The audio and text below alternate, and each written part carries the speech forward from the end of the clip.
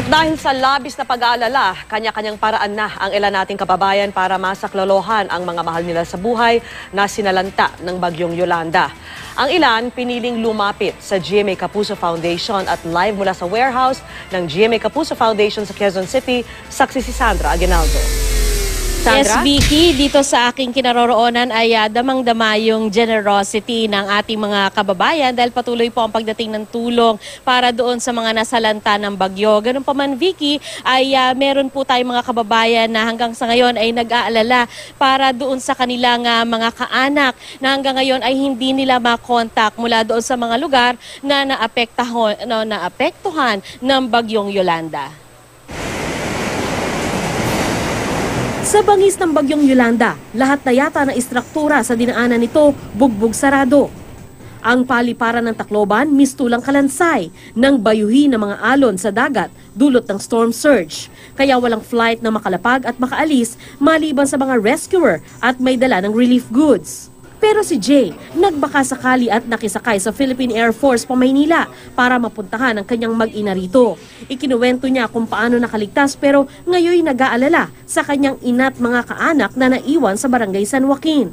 Nakikita mo yung katawan ng yung mga kamag-anak mo. Yun ang masakit doon eh. Yung part na wala kang natulong. Ilan po sa mga kamag-anak nyo ang binawian ng buhay sa trahedya na to? More like nasa 40. Si Bill John naman, naghahanap ng paraan para makapunta sa Balanghiga, Eastern Samar para saklolohan ang kapatid at mga kaanak. Lubharing nag-aalala si Aling Tarsila para sa kanyang asawa at 2 anak sa Giwan, Eastern Samar. Nananawagan pa po sa asawa ko na sana ligtas sila kung nasaan man sila ngayon. Hanggang ngayon kasi, mahirap ang komunikasyon dahil sa nasirang cell sites. Wala ring kuryente. OFW naman sa Saudi Arabia ang 3 padre de pamilyang ito pero nag-leave muna sa trabaho at umuwi para sa kanilang mga pamilya sa Cebu at Leyte. Emergency lang itong uwi ko dahil hindi ko nga makontak yung pamilya ko.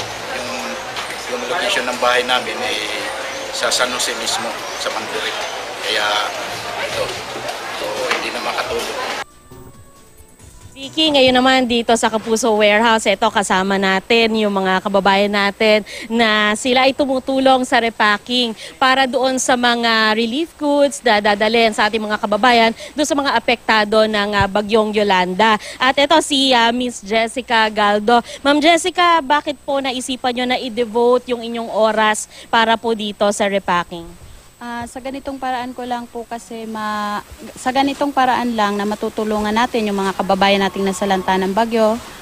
Kaya eto, tumutulong ako. Kanina pa kaming 8 o'clock dito. 8 o'clock. Ayan. Maraming salamat po, Ma'am Jessica. So, Vicky, ayan, makikita mo na hanggang ngayon ay nagpapatuloy sila. Medyo malalim na ang gabi. Pero handa po silang tumulong para sa ating mga kababayan na nasalanta ng bagyong Yolanda. Vicky? Alright, maraming salamat sa iyo, Sandra Aguinaldo, nagulat live mula sa Kapuso Warehouse sa Quezon City.